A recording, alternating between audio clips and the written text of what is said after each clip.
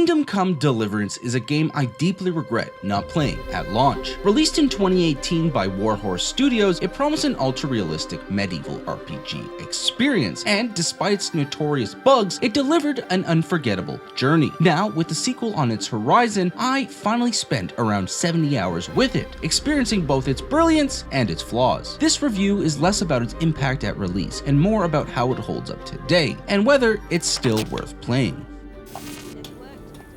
The game follows Henry of Skalitz, son of a blacksmith in a smaller town that recently finished a project with his father for the lord of the town. Through events that unfold, you follow Henry on a journey of both vengeance, but also one of finding identity in this rough world and making a name for oneself. This somewhat familiar setup and arc is brilliant for an RPG, as your decisions truly shape the character, and the underlying vengeance is the driving nature that has the audience hooked on seeing the outcome of the story. The game opens with a fantastic tutorial sequence that doesn't just teach mechanics, but also immerses you in the world and Henry's story. Right away, the weight of choice became apparent. I made decisions I didn't love, influenced by peer pressure, yet it highlighted how serious the game takes consequences. Dialogue stood out immediately, making NPCs feel like real people rather than scripted quest givers, which is ever so often found in the modern RPG. I found myself carefully choosing words, even aiming to win over Divish's wife, purely out of curiosity, with retelling the story in a way that would generate more sympathy from her than it would if I told her the regular way. Conversations felt incredibly natural,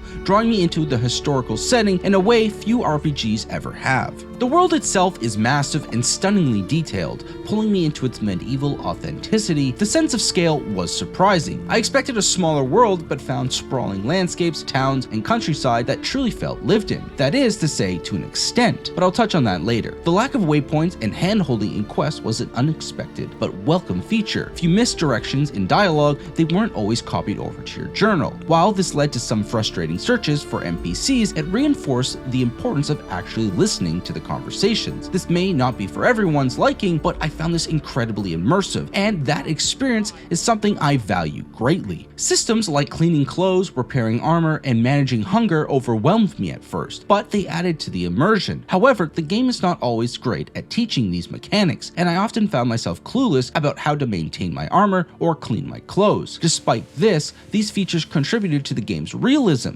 making every action feel meaningful. One of my favorite moments early on was holding watch. On paper, this sounds boring, but I was completely locked in, absorbed in the moment-to-moment realism that a quest tasking me with standing guard on a wall over a night's watch was in fact fulfilling rather than super boring and a waste of time. It's rare for a game to make such a mundane task feel significant.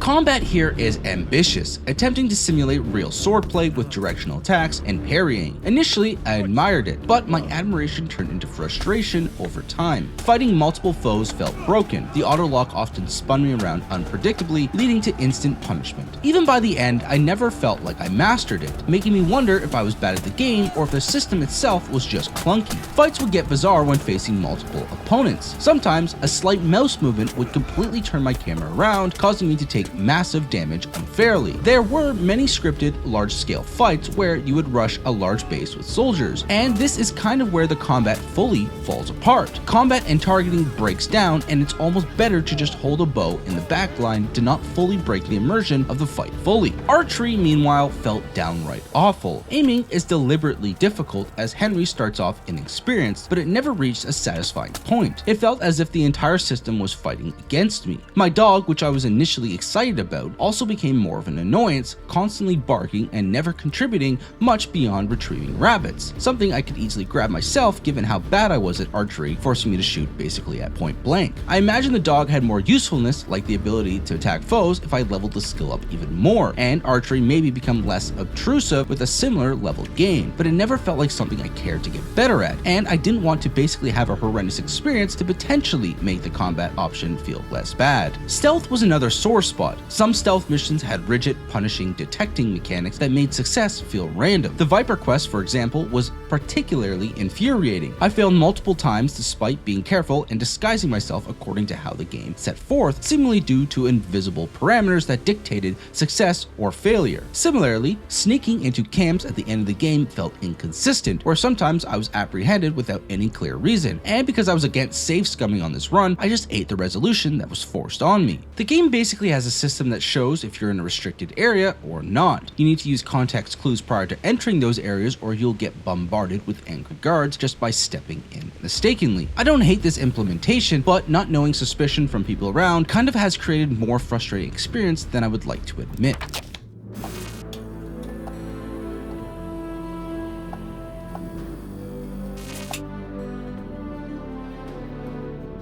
Around the halfway point, I was deeply invested. The story remained compelling, and side content provided some Rockstar Games level humor that I didn't expect but enjoyed. Some quests had absurd comedic moments that almost clashed with the game's ultra serious tone, but I found it refreshing. Bugs started cropping up more frequently at this stage, quest progress breaking, alchemy recipes failing unpredictably, and sharpening swords seemingly doing nothing. Any alchemy recipe requiring multiple cycles of boiling seemed to fail for no clear reason, which became frustrating when quests required alchemy. Some quests had great setups but became tedious in execution. The monk quest, for example, was initially one of my favorites. However, as I tried to optimize finishing my task for completionist reasons, it became a frustrating cycle of meeting expectations rather than enjoying the narrative. That quest's good ending doesn't even have a proper resolution, as a key item is never handed over, though from a narrative standpoint it should have been, and the only way to resolve this is by breaking into a cell and pickpocketing him, which were two skills I hadn't leveled and felt somewhat out of character for my Henry to have to do. The save system also went from interesting to infuriating. Early on it added tension, but after a few unexpected crashes or failed stealth attempts, losing hours of progress made me resent it. For context, the only way to save is via having a save your schnapps potion or saving and quitting the game. This seems like an attempt to thwart save scumming and add levels of realism, but it can and did cause super frustrating experiences, unfortunately. Fast traveling once convenience became a gamble as enemy ambushes were frequent and often overwhelming. If the developers intended for Henry to be able to take on multiple enemies late game, I never found that power curve. I had seen other players talk about how Henry scales hard and can solo camps, but for me, combat was still a mess by this point, and found myself kiting while quickscoping with a bow and hoping that the hitbox I was aiming at would register, or using large obstacles to glitch out the AI.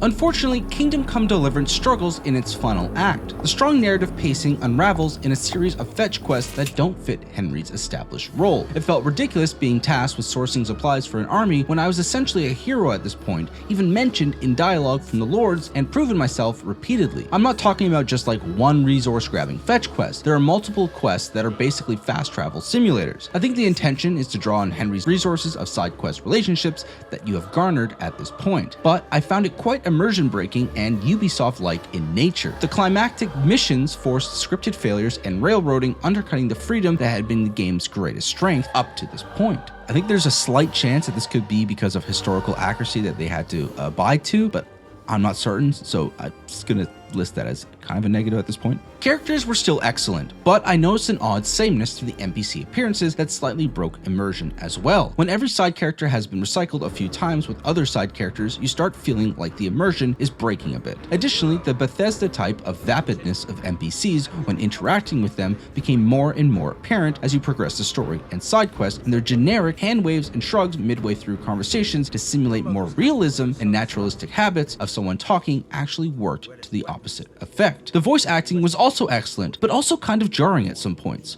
Father Godwin, a standout character in the story, has an American accent, and the line delivery was like his first read of the lines, but then a scene later he would be killing it, albeit with an accent that seems slightly out of place, kind of like Denzel's accent in the recent Gladiator film. The world itself, while vast, felt strangely void at times. I didn't feel much incentive to explore beyond main quests, as it often felt like I was walking through an empty rabbit spawning simulator better when I was in the wilderness rather than a living world. The town centers were all pretty cool otherwise, with Sasau and Ratai being standouts, but I never felt like manually moving from town to town, as the wilderness felt sort of empty in a sense. Like most immersive sims, the realism kind of falls apart mid to endgame as you are brimming with currency and skill points, and unfortunately KCD follows the same trend. I never really hardlined making groschen through selling enemies gear or farming sellable materials from stuff like alchemy, but was still able to sit on thousands of it, as I never really needed to buy anything besides repairs, since most of the best loot can be found on enemies. Because of this overabundance of currency, I never felt like I needed to dive deep into these life skills. Although they do somewhat seem buggy, nothing made me feel like I should power through them. Additionally, near the mid to end portion of the game, the inventory system really started irritating me, as the sort function was rather limited and forced me to have to scroll repeatedly through long lists of items, and this was amplified as you become more and more over encumbered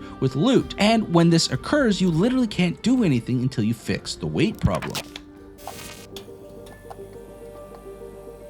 Even with its many issues, I truly love this game. The characters, dialogue, and world building kept me hooked, and it stands as one of the most immersive RPGs I've ever played. I've listed so many negatives, but the story and setting was so great even with its hiccups that a lot of these issues are masked by this brilliance. I truly think the game following historical events with some historical characters thrown in the mix aided in making this game feel more real than it would have. I was initially put off by the missing mystical fantastical elements like magic and creatures, but after playing through it, I think those would have taken me out of the experience, since the historical realism had me more locked into the story than maybe I have ever been. The skill point system and experience gaining systems like reading or skill trainers was also super cool and immersive to the world, yet I can't ignore the bugs, the combat frustrations, the pacing problems in the final act. Kingdom Come Deliverance is not a flawless experience, but it's an unforgettable one. I have to keep in mind that this game came out 7 years ago, and with the context that Warhorse is in a behemoth AAA studio, this game is actually quite exceptional. Looking back, I deeply regret not playing it at launch to experience it fresh, but even now, it holds up surprisingly well. If you can tolerate some jank and are looking for an RPG that values immersion and choice, it's absolutely worth your time, even 7 years later.